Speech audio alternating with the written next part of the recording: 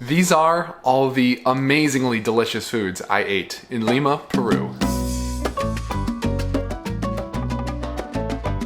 So admittedly, I did not know that much about Peruvian cuisine before visiting the country. I heard about ceviche and I maybe tried it once, but I didn't really remember it. But the food in Lima blew me away, everybody, and I ate some delicious, authentic Peruvian dishes. But let's get started with the first place, which is Pasa la Nuez. This is a cafe and bakery in Miraflores, which is a really popular, beautiful, kind of trendy neighborhood that is known to be a bit more safe, and a lot of tourists like to stay at. Anyway, this place has a nice selection of different like cakes or baked goods, such as like carrot cake, not like a dessert, but like a sweet cake with carrots baked into it, and other fruits and vegetables. We got the apple cake and it was really delicious. It wasn't too sweet, which was good because we were having it right in the morning. We also got a coffee that was really tasty as well. And we got a nice little naughty treat that was not too sweet, but definitely a little bit more of a dessert, which was an actual like carrot cake in this beautiful little container. And it was a nice like melty, ooey gooey goodness, really delicious, and a great way to start our morning here in Miraflores in Lima, Peru. So actually the first restaurant we ate at, period, was Sabor y Vida, which is also in Miraflores, and they serve mostly Peruvian cuisine. It is so delicious, really affordable too. Here we tried lomo saltado, which is one of the most famous, I came to realize, Peruvian cuisines, which is kind of like chaufa cuisine, they call it, which is a mixture of Chinese and Peruvian, which is like influenced from Cantonese cuisine. So lomo saltado is like rice on the side and stir-fried vegetables in with these like French fries or potatoes. It's really delicious, has that soy sauce sort of flavor, really filling and hearty, and a classic staple of Peruvian cuisine. Now something else I didn't even know what it was that I tried, but now I know, is called estofado, which is like a hearty Peruvian stew. And this is also served with rice, but the stew is nice and savory and rich, and it's filled with different vegetables like maybe potatoes or squash or some other things. It was really good and really full of flavor, and I really enjoyed it, and I wish I could have it again, everybody. Especially now that I know the name of it, I'll definitely be seeking out estofado again in the future. But this restaurant is great. The workers are really friendly, good location, good vibes, delicious food. What more can I say? Moving on to a different area, because there's more to Lima than just Miraflores, is going to be this restaurant called Vida Sana. It's also listed as Restaurante Naturista online. Anyway, this is near the Plaza de Armas, which is like the main historic center hub, and it's definitely more of a local spot. It's like a small little eatery, and here they specialize in little set menus or like set meals, where we got mostly as like that chifa cuisine we're talking about, where it's a mixture of like Chinese and Peruvian. Really big portions, really good prices, and it would come with like a starter and like a drink, maybe dessert or something. Definitely, we're the only tourists there, so it kind of felt like we were somewhere we weren't supposed to be, which is a cool feeling to feel like you're seamlessly blending in with like the locals and their culture and eating places. So definitely check this out if you're in the historic center, which I definitely recommend you check out too.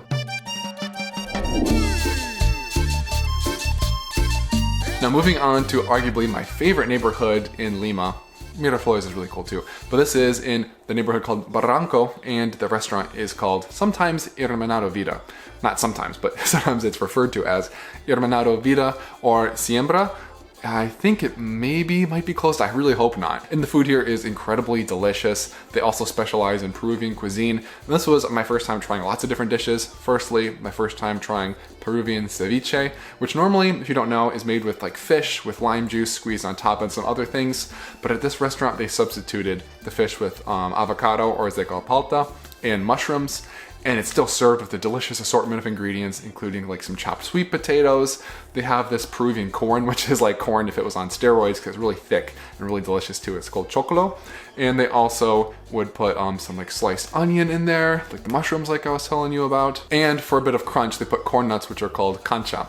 And all of this was mixed together with lime juice and maybe cilantro in there, giving it lots of flavor, making it extremely fresh. That's one thing I could say about ceviche in Peru. It's very fresh, and it's a nice light appetizer, because we definitely ordered more food, but the ceviche was still fun to try. Even if it wasn't the authentic version with fish, it was still so tasty, and I loved eating it in Peru. Another dish, which I never heard of, but I started to learn more about when I researched Peruvian cuisine, was called chaufa. And this is kind of like the epitome of chifa cuisine, that sort of, again, Cantonese from China mixed with Peruvian cuisine, because this is pretty much just a stir-fried rice with Peruvian ingredients. They also use lots of vegetables like broccoli. It definitely tastes like Chinese cooking, where it's salty, it has that MSG sort of soy sauce flavor, and it's pretty light. It's not bursting full of flavor, so it's nice, but it wouldn't be my go-to because I like the strong, fresh flavors that we can find in other dishes, such as tacu. Now, I never even heard about this dish. I had no idea what it was. It sounds kind of like maybe not even a Spanish word. Maybe it comes from the Quechuan language. I don't know. Let me know in the comments if you're familiar with like the history of some of these foods.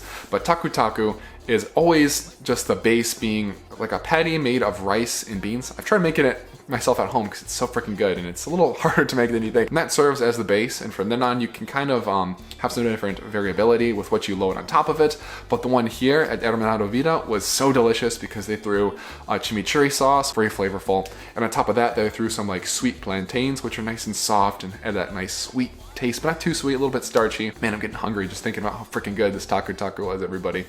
And they also put on some like bean sprouts and chopped red onions, and I think they squeezed some like lime juice on top of it to give that fresh taste. This was bursting full of flavor and so delicious. It was honestly one of my favorite things I ate, not only in Lima, not only at this restaurant, but throughout my month in Peru. I spent a month in Peru, which you guys will definitely see more of if you check out my videos coming soon. But anyway, the tacu here, so good, and tacu is an amazing dish regardless.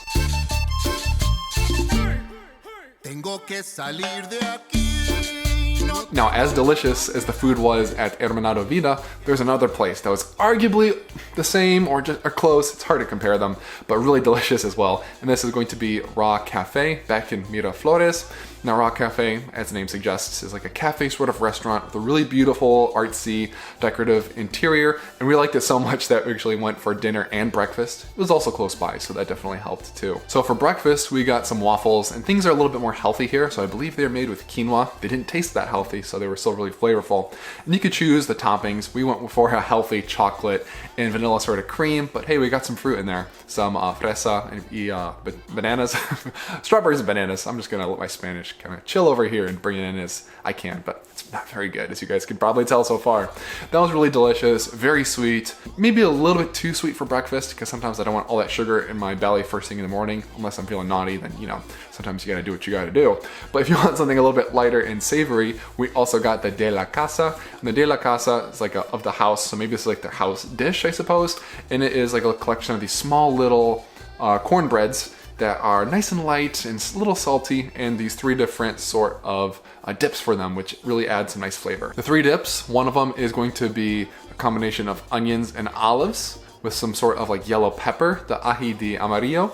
They call it in Peru. It's really tasty as well. The other one is sort of like a guacamole, but not mixed together, where it's gonna be avocado and tomato, maybe a little bit of lime juice in there. Really nice. And the final dip is nice and creamy because they have a mushroom, sort of like crema, mixed with some carrots and zucchini. Sorry, the Spanish words are flooding my head because the menu was in Spanish, trying to translate in real time for you guys.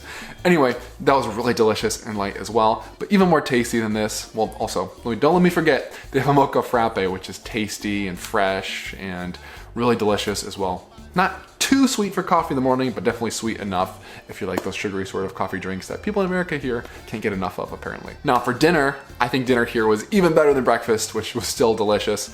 For dinner, I had a dish called gratin de papas. I don't know if this is a Spanish dish or just a translation of something else, but anyway, it was sort of like a little mini casserole of these like roasted potatoes, not smushed up, but they were smothered in this delicious sauce that was creamy. I think maybe it was like cheese, well, vegan cheese, and like some sort of pesto, some other vegetables in there. It was so salty, not like too salty, but really good, like savory flavors, really rich and delicious. I love flavorful food, everybody. I'm a sucker for it, and this definitely hit that spot, and it had a nice little fresh side salad accompanying it to make it the perfect dish.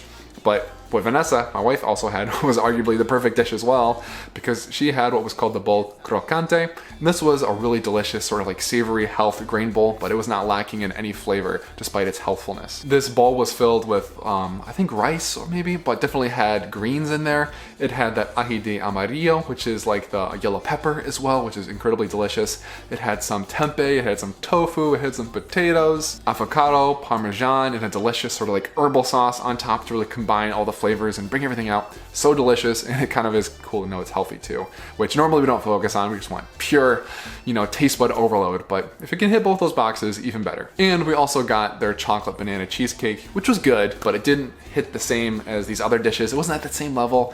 Maybe chocolate banana cheesecake just isn't like our type of dish anyway, but worth mentioning if you're into that sort of thing as well. Now that is all for the restaurants and like bakeries we ate at, but there's some other fun additions I want to go into because you stayed along till this point in the video, so thank you. You deserve a little treat, which we're going to talk about now, which is going to be cremoladas. Now cremoladas are like sort of a frozen smoothie, and the place I ate them at was, I believe, Curich Cremoladas. It sounds like I'm speaking Japanese instead of Spanish. I don't know the pronunciation, but it's in the area of Miraflores, kind of close to the coast, and it seems like a popular spot. You can order a variety of different flavors. The ones we chose were fresa or strawberry, which was really good, really tasty. You can't go wrong with strawberry anything when it's a smoothie or something, in my opinion. But we also ordered something that was a little bit more interesting, which was lucuma, and here are my thoughts on the lucuma and what it is. This one is actually called lucuma or lucuma, one of the two. Anyway, it's an authentic plant that grows in the Andes region of Peru, so I had to try it. Looks interesting. Let me let you know how it tastes here in a second. Smells interesting. Smells like a starchy fruit. Whoa. I don't know how I feel about that. It tastes like butterscotch, right? I don't know. It might grow on me the more I have it, but at first it tasted to me like a squash soup. Interesting. That was cold and someone put a lot of sugar in. And I don't know if I disagree with it yet. But no, it tastes more spices and it tastes almost like a little caramelly or like smushed bananas maybe, a little bit too. It's growing on me. But it's also, it's very unusual. I'm glad I tried it because it definitely has like that an unusual taste for somewhere in Peru. And I saw it on the menu. I had to do it through Spanish Translate to say, what the hell is a lucuma? I'm like, oh, it's a lucuma in English too. So I had to be something I've never heard of. So it was fun to try that, but it was also fun to try Peruvians' favorite beverage or favorite soda, which is going to be INCA KOLA. Now this wasn't, something made by the Incans, it's something people drink today. And it's essentially like a yellow bubblegum soda. That's how I would roughly describe its flavor. But there's a little bit more going on to that if you're interested to learn about it. Anyway, I was excited to try it. I love soda. I love trying new things. Here are my thoughts on Incan Kola. So a quintessential drink in Peru is the INCA KOLA. INCA maybe based off the Incans, Kola because it's maybe like a soda-like beverage. I've heard mixed reviews about it. Heard it's very sweet like bubblegum. Well, I'm gonna have a taste here in a second and let you know how it is.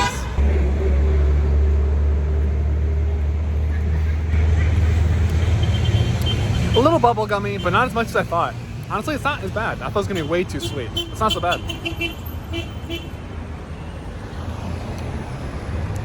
Is it my favorite soda? No, but I'd try it again. So I'd give this maybe like a 5 out of 10. I don't like it. What does it taste like? Bubblegum, but like not quite bubblegum. It's like a chemical bubblegum. Does that make sense? So that's the video, everybody. Again, Lima, Peru has some amazing food, and Peruvian food is so delicious. It was so fun for me to try. I wish I could spend more time in Lima than just like the 2 or so days that we were there to eat my way around the city some more. But which of these dishes look the best to you? What places would you recommend if you know any? And what are your thoughts? Let me know, as always, in the comments below, and check out my coming Peruvian content coming to you very soon. See you in the next video. Peace.